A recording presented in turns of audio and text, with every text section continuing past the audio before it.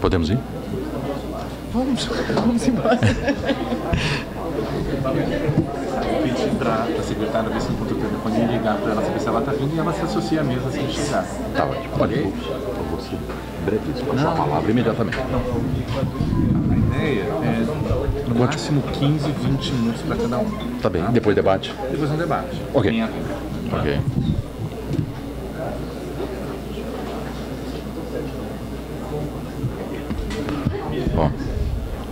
Bom, boa noite a todos. Boa tarde a todos.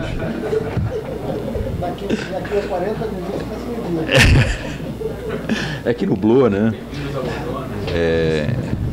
Vamos para a última mesa da Conferência Ciência Política no Brasil, mesa 4, Inserção Internacional, Desenvolvimento e Política Externa.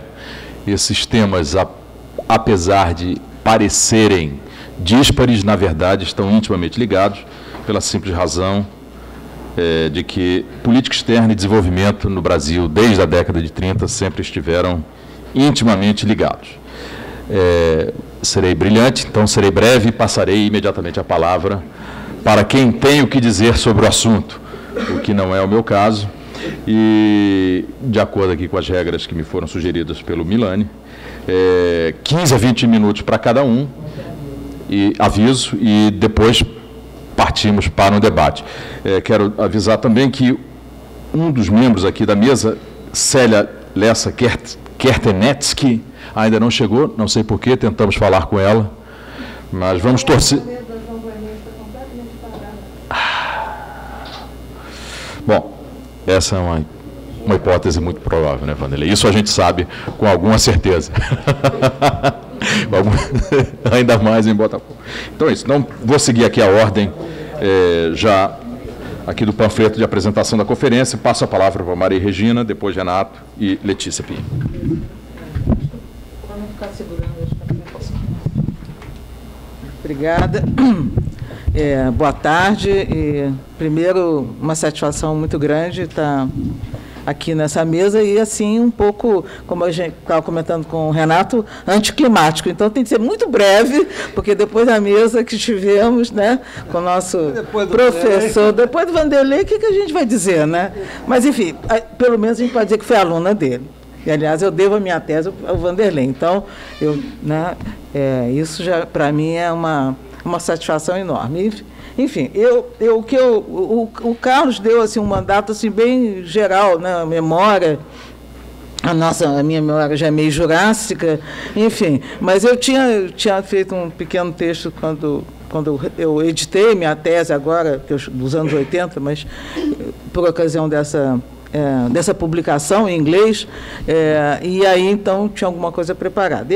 O que eu pensei aqui para lançar como discussão, na verdade, são 3 questões e uma, assim, bem breve. A primeira, eu acho que eu tenho de fazer referência ao contexto internacional. Quer dizer, não é por quê? Porque a área que, enfim, eu estou pensando na área disciplinar de relações internacionais e política externa. Ora, a área de relações internacionais é uma área, do ponto de vista da reflexão, uma área basicamente criada no Ocidente e nos países do Norte, especialmente nos Estados Unidos. Na Inglaterra, ela se desenvolveu de forma distinta, por uma contingência, a relações internacionais mais ligadas à ciência política, no caso da Inglaterra, dos Estados Unidos, e as relações internacionais mais autônoma da disciplina de ciência política, no caso da Inglaterra.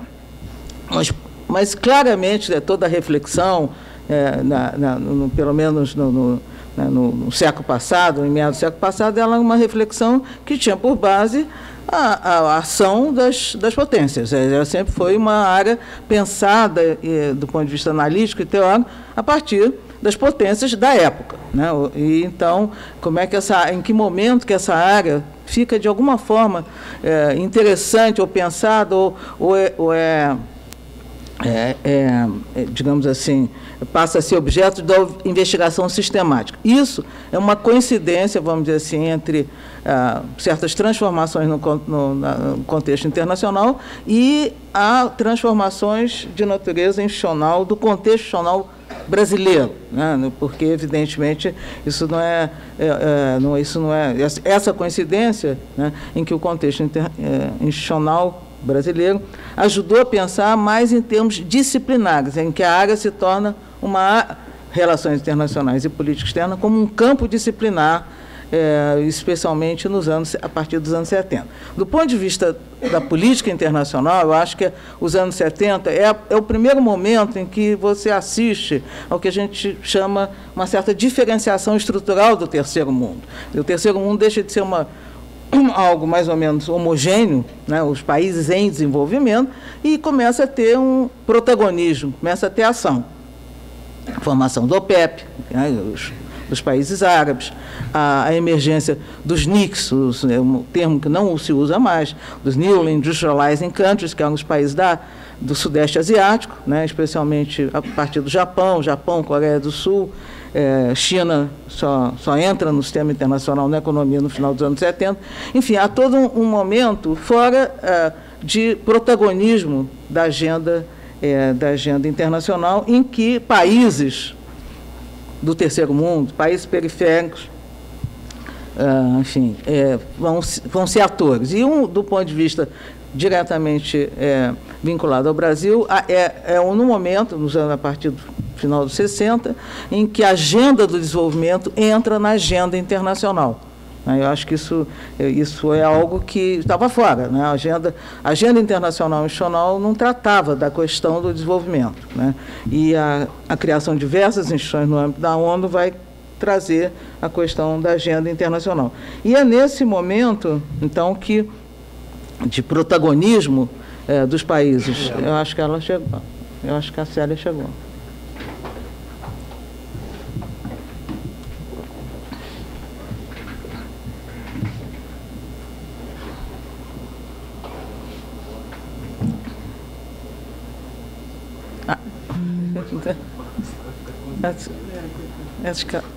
Célia, por favor, junte-se a nós. Nós já sabemos. A hipótese foi confirmada.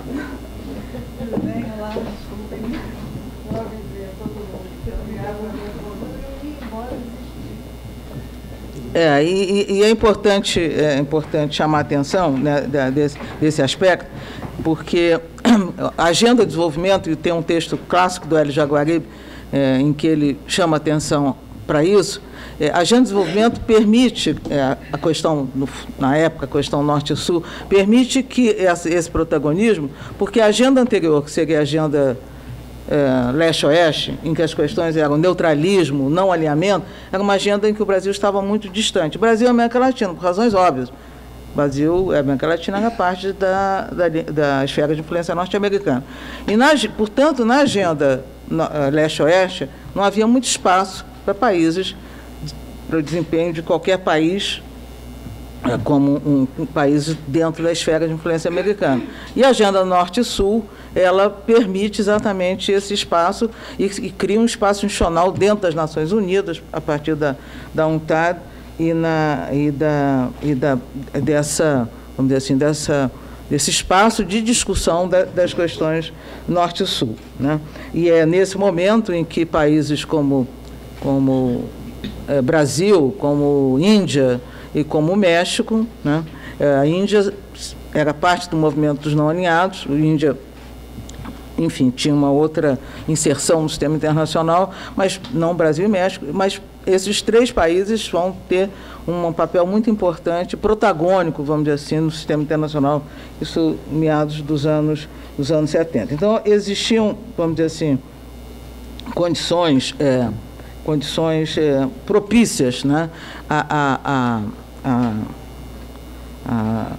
ao surgimento de uma reflexão mais sistematizada, vamos dizer assim, de um campo disciplinar, né? Não estou falando do ponto de vista estou falando dentro de um campo disciplinar. É evidente, do ponto de vista da reflexão mais a intelectual, sem dúvida, a teoria da dependência e a reflexão da CEPAL, né, são cruciais, que ela não só porque leva em conta a questão do desenvolvimento, mas leva em conta a relação centro-periferia, que era exatamente onde nós nos encontrávamos. Quer dizer, e o que é importante do ponto de vista da reflexão sobre o internacional é que são ambas teorias, né, que pensam a situação, especialmente a América Latina. A formulação da CEPAL foi construída para explicar digamos assim, o atraso da América Latina. São construídas pensando na América Latina, mas a partir da condição específica daqueles países. São teorias formuladas não a partir de modelos existentes, mas a partir da própria situação de dependência e da situação de periferia. Claro que há uma diferença entre a teoria da dependência e a reflexão da CEPAL, do centro-periferia, mas em ambas, né, está presente não só a dimensão internacional, a dimensão do desenvolvimento e a ideia, né, de que o próprio internacional está dentro do nacional, né? Quer dizer, são reflexões e que, portanto, a teoria da dependência tinha, digamos assim, se propõe, assim como a centro-periferia, a explicar o desenvolvimento, a falta de desenvolvimento, a estagnação, etc. O que eu só estou querendo chamar a atenção é que há um momento muito propício do ponto de vista do sistema internacional e do ponto de vista da reflexão que, nesse momento, mais sistemática, né, do internacional, ela vem por via dessas duas campos teóricos, né?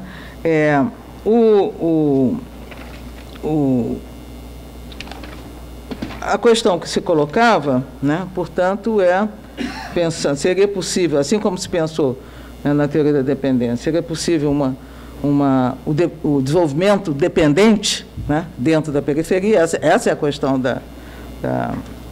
que a teoria da dependência se coloca, assim como, no caso da CEPAL, a ideia é que os países deveriam mudar a sua forma de inserção, passar de serem meros exportadores de commodities e iniciar o seu processo de industrialização. Também no caso da reflexão no Brasil, mais sistemática, a ideia era possível um país periférico ter uma política externa? Não era uma pergunta, parece uma pergunta idiota, mas não era tão idiota, tendo em vista a reflexão na teoria de relações internacionais, especialmente a sua codificação no pós-guerra, né, não estou falando anteriormente, estou pensando na sua codificação em termos campo disciplinar, em que as teorias eram todas pensadas a partir das potências. Então, é possível pensar a política externa, a inserção de um país a partir da periferia. Eu acho que essa é uma questão que se coloca nos anos 70.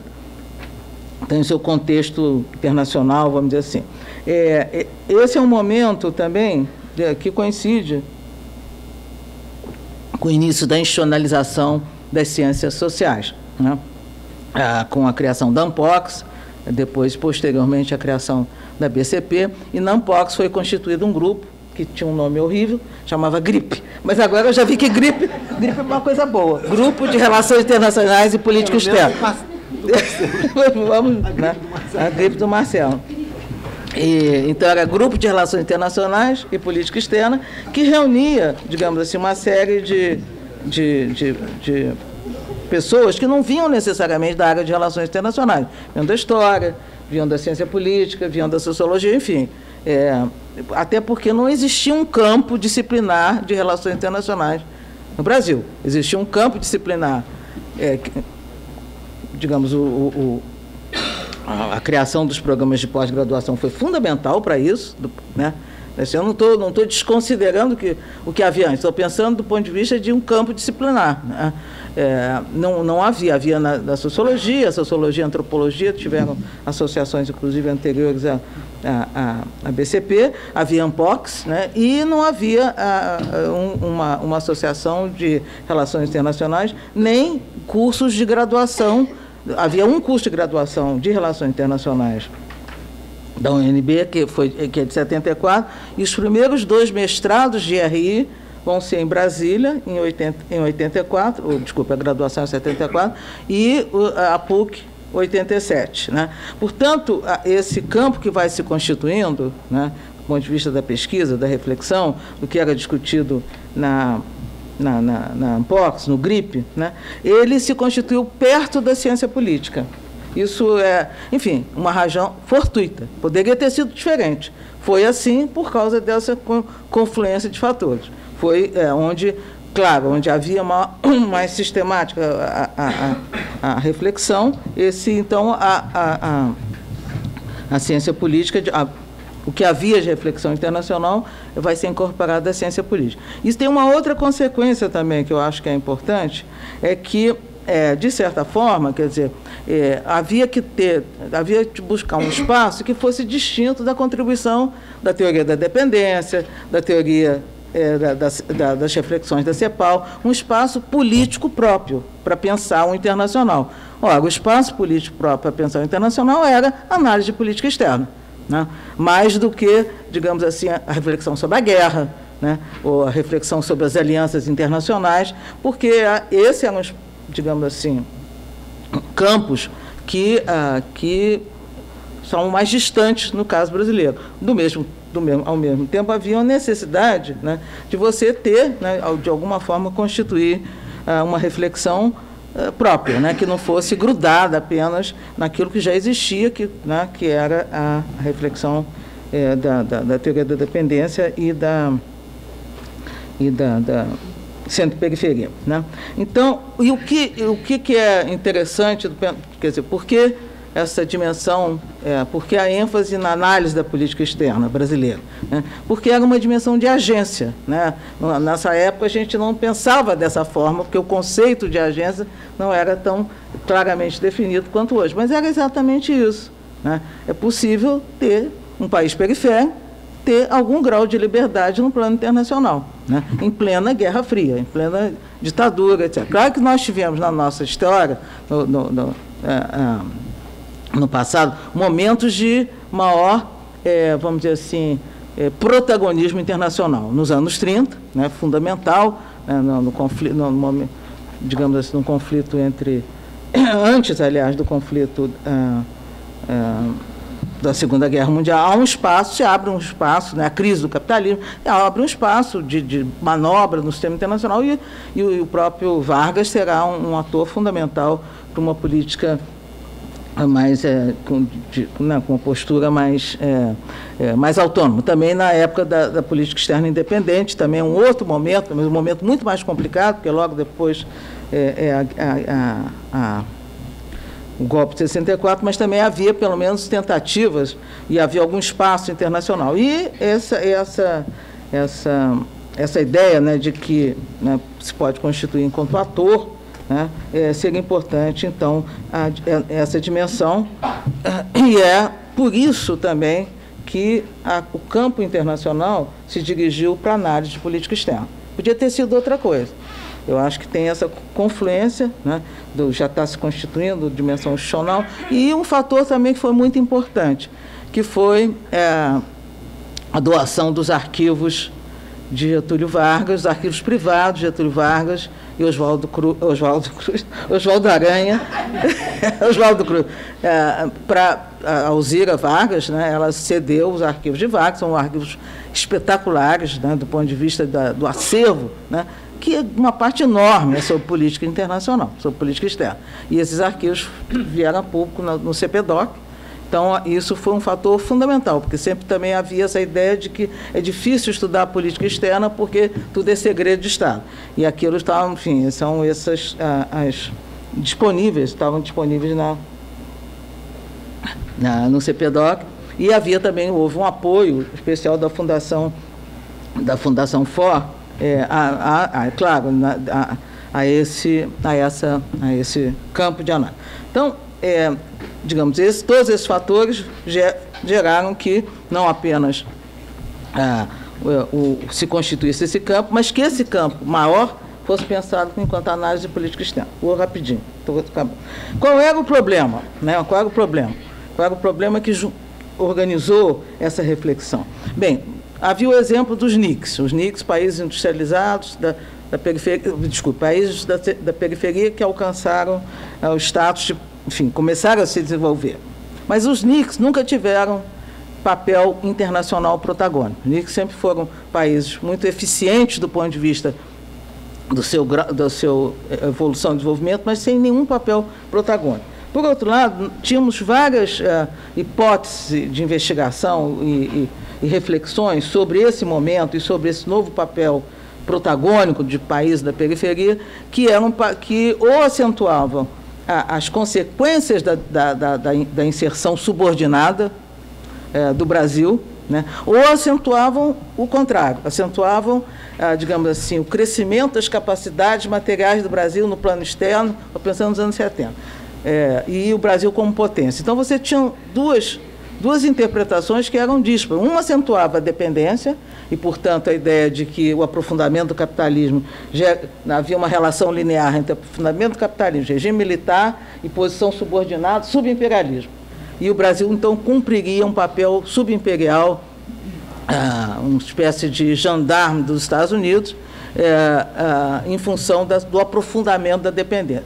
De um outro ângulo, também, menos do ponto de vista do aprofundamento da dependência, mais do ponto de vista da consequência, havia a reflexão militar, né, geopolítica, e a ideia de que o Brasil deveria fazer a barganha leal com os Estados Unidos em função da sua situação e, portanto, também desempenhar um papel, não tanto de gendarme, mas um papel de projeção dos seus interesses e de estabilidade e digamos assim, estabilidade da região e um equilíbrio da região com um papel protagônico no Brasil. Portanto, um subimperialismo também, só que não era usado. E, então, as duas partiam de premissas diferentes, chegavam à mesma consequência. E havia a reflexão contrária, que não, o Brasil, os anos 70, milagre brasileiro, etc., que o Brasil era já uma grande potência, que o Brasil estava em vias de... Há um enorme número de livros, etc., que só tratavam dessa ideia de que o Brasil era uma grande potência. Então, qual foi digamos, diante disso, qual foi a ideia, o princípio organizador que motivou, né, toda essa geração da qual eu participo, o Gerson Moura, o CPDOC, Sônia Camargo, o Antônio Carlos, enfim, o Vicentino, enfim, qual era? A ideia de que essa visão era uma visão dicotômica. Então, por que não pensar o contrário? Quer dizer, por que não pensar, e aí o título do trabalho do Gerson Moura é muito interessante, Autonomia da Dependência. Isso é, que, na verdade, não se tratava de uma dicotomia, ou autonomia ou dependência, se tratava de uma visão integrada, em que havia aspectos em que o sistema internacional permitiu o exercício da autonomia e havia em outros que não havia nenhum espaço de autonomia para esse país. Né? Eu mesmo, graças ao professor Vanderlei, que digamos assim, me deu o norte, né? Eu mesmo construí toda a minha tese a partir dessa ideia de políticas externas diferenciadas, ou comportamentos diferenciados, dependendo da área, da issue area, era um termo em comum na época, em que o país atuasse. Em alguns momentos o país era coerção, não tinha como agir de forma contrária, e em outros o país tinha algum espaço de manobra. Então, essa ideia é uma ideia mais ou menos banal, né? Quer dizer, não é nenhuma coisa nem outra, trata de pensar conjuntamente, quer dizer, como é que esses dois aspectos juntos, naquele momento, podem ajudar a entender a política externa. E o Gerson Moura escreveu um livro que chama Autonomia da Independência, que é sobre os anos 30. Quer dizer, pensamos nos anos 30, eu pensei nos anos 70, e por aí essa se constituiu. Uma consequência da constituição desse momento é que a reflexão sobre política externa ela era mais estratégica, e a dimensão doméstica e a dimensão do processo decisório foi deixada para trás. Eu acho que isso é uma segunda geração, a qual pertence a Letícia, que vai exatamente introduzir a dimensão doméstica e a dimensão do processo decisório, juntamente com o artigo clássico do Estevão, caso Estevão Martins, que vai analisar a mudança dentro do regime militar. Enfim, mas isso também, de novo, as disciplinas, muitas vezes, elas têm dependência de trajetória. Começa de uma maneira, então, para mudar, né, às vezes, algum efeito fortuito. Então, esse foi digamos assim, esse primeiro momento, eu acho que em função da pergunta que se colocava, que era respondendo ao que a gente via no mundo e ao como se pensava o Brasil no mundo, né, nos colocou uma visão mais estratégica e menos uma visão mais de processo decisório, uma visão mais da política doméstica. Então, essa eu acho que já é a segunda geração, e aí eu não vou dizer como é que a disciplina, deixa para a Letícia desenvolveu posteriormente, mas, de novo, o campo internacional, quer dizer, ele só vai ser constituído com relações internacionais quando se cria a ABRE já 2005, né? Enfim, 2007. Enfim, e aí já está ocupado pela área de análise de política externa, e a análise de política externa sempre ficou também na ciência política, porque ela é tributária, inclusive, da ciência política, né? Onde se fez mais análise de processo decisório, análise de política externa, foram nos Estados Unidos. Então, ela é tributária e, então, tem essa convivência, enfim, também não vou entrar, porque isso já é uma... Mas não há nenhuma razão, porque eu pessoalmente, eu fiz ciência política, eu acho que eu aprendi mais para poder... Porque eu acho que relações internacionais é uma disciplina muito mais derivada, né, da ciência política do que... Mas, enfim, não vou entrar nisso, não. Né, mas, então, eu acho que... Tá, não, então aí que eu vou dizer mesmo. Não, isso eu defendo. Eu acho que, de certa forma, porque a reflexão internacional ela é muito derivada a não ser pela área de direito internacional, né? Enfim, é muito derivada da reflexão da política. Enfim, mas tudo bem. Então, só para terminar, desafios. Nós são vários desafios. Acho que aqui foram ditos vários. A ideia do caso brasileiro, mas aparentemente isso é uma coisa não é há uma concentração no caso brasileiro. Mas, por exemplo, nós costumamos muito a ter um centro de estudo sobre os Estados Unidos. O principal país, do ponto de vista até recentemente, o principal parceiro dos Estados Unidos. Temos agora do Tulo e do Sebastião. Mas quantos anos? 40 anos depois. Né? Enfim, essa nossa sim, voltados para nós mesmos também gerou isso. Né? Isso é uma coisa que eu acho que está mudando, inclusive do ponto de vista da introdução da análise comparada. Enfim, eu acho que uma outra questão que eu acho que ocorre também, especialmente no campo dos estudos de análise de política externa, que é muito colado na agenda da política externa. Os temas, a gente vê, os temas da análise política externa são os temas da agenda. Mercosul, depois ALCA, que não foi, depois cooperação, BRICS, enfim. Isso é inevitável? Não sei. Talvez é um pouco em função de que a gente, na verdade, estuda aquilo que se faz na política externa. Hã? Não, até que não é nem por isso. Eu acho que a agenda, né, talvez isso é uma questão, enfim, talvez eu teria um estudo comparado. Não dizer que a ciência política segue os passos do Leviatã. Então... se está na ciência política, E, finalmente, uma área que eu acho que é um desafio, aí e que ajudaria também a trazer também, respirar a área, que é a construção no estudo de um pensamento político internacional. Quer dizer, na verdade, a análise de política externa, ela ficou muito mais na análise da política externa. E ela pensou menos sobre a análise dos pensadores sobre a política externa. Como, enfim, o Christian está investindo nisso, e é um elemento muito interessante, porque os diplomatas, eles escrevem muito sobre a política externa, que é um tema da Letícia. Então, existe uma reflexão contemporânea, né? Alguns escrevem até livros, né? Então, essa eu acho que é uma área, vamos dizer assim... Isso, gente. Não, eu falei já em outros... Bem formado e inteligente. Não é isso. Livros que não sejam livros que não são livros vamos dizer assim, livros de reflexão mesmo. Não, eu já tive aqui o embaixador Samuel Pinheiro Guimarães, eu fiz toda uma homenagem a um dos diplomatas intelectuais, então nós temos vários. Mas, enfim, não é só no contemporâneo. Isso é uma maneira também, a gente talvez também desvincular da própria agenda. E eu acho que a gente tem um pensamento próprio, né, que a gente tem de começar a entender, né? Então, isso acho que é um desafio. Perdão.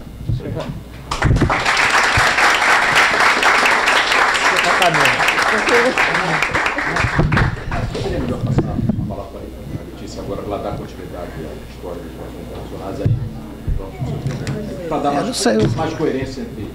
Eu preferia falar de uma vez, porque eu estou ficando cansado e daqui a pouco eu não vou conseguir. E eu acho que tem muita continuidade, na realidade, em termos do que a Regina falou, pelo menos em algumas concepções, acerca da política, né, acerca do sistema internacional, da configuração do capitalismo, é algo que eu vou tratar de falar aqui. Quer dizer, eu tomei a proposta do Milani, né, da BCP, mas sim, que você traduziu, que você encaminhou, como sendo também um certo testemunho individual, né, da sua própria trajetória e a formação de um campo de conhecimento, etc., dentro da disciplina, né. E foi um pouco com base nesses eixos que eu montei essa reflexão que eu vou fazer aqui agora. E que tem, acho que realmente muita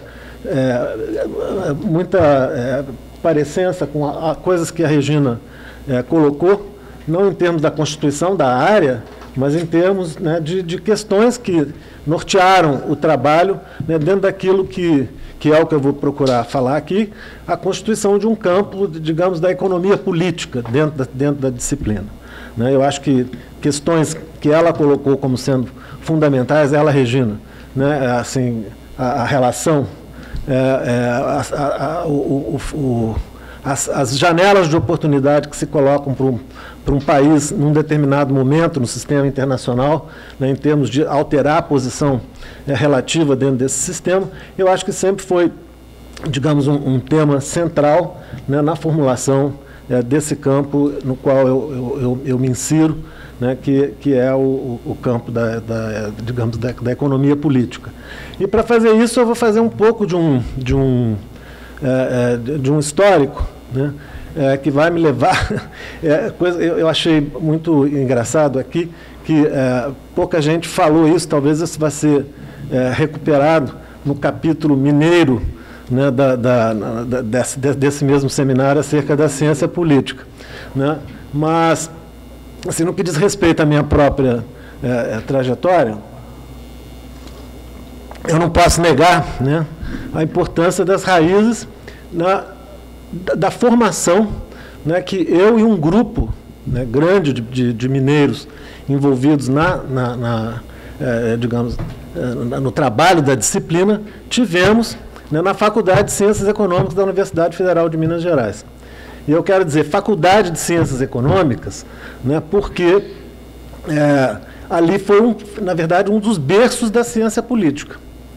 Da ciência política tal como a gente a conhece hoje, né? Eu vou explicar um pouco isso, falando, enfim, da trajetória que tem início ali, né, até chegar, né, a uma certa, que é o que eu quero tratar de mostrar, né, até chegar à Constituição disso que a gente está chamando de um campo, né, da economia política, um campo dentro da disciplina, o qual, quer dizer, acho que não se define muito bem, na realidade. É um campo que transita entre a própria economia, a sociologia, a história, até as relações internacionais, para se pensar essa temática do desenvolvimento. E como em outras falas que me antecederam nos debates anteriores, eu talvez vá começar um pouco até negando, né, a existência de um tema, né? Eu estava revendo uma coletânea de textos do Celso Furtado, publicada em 70 e poucos, que fala sobre o mito do desenvolvimento. Na verdade, é um mito, né? Desenvolvimento é um mito. O que você tem, na realidade, é uma certa configuração do sistema capitalista internacional, numa determinada direção, certas condições estruturais, certas condições conjunturais,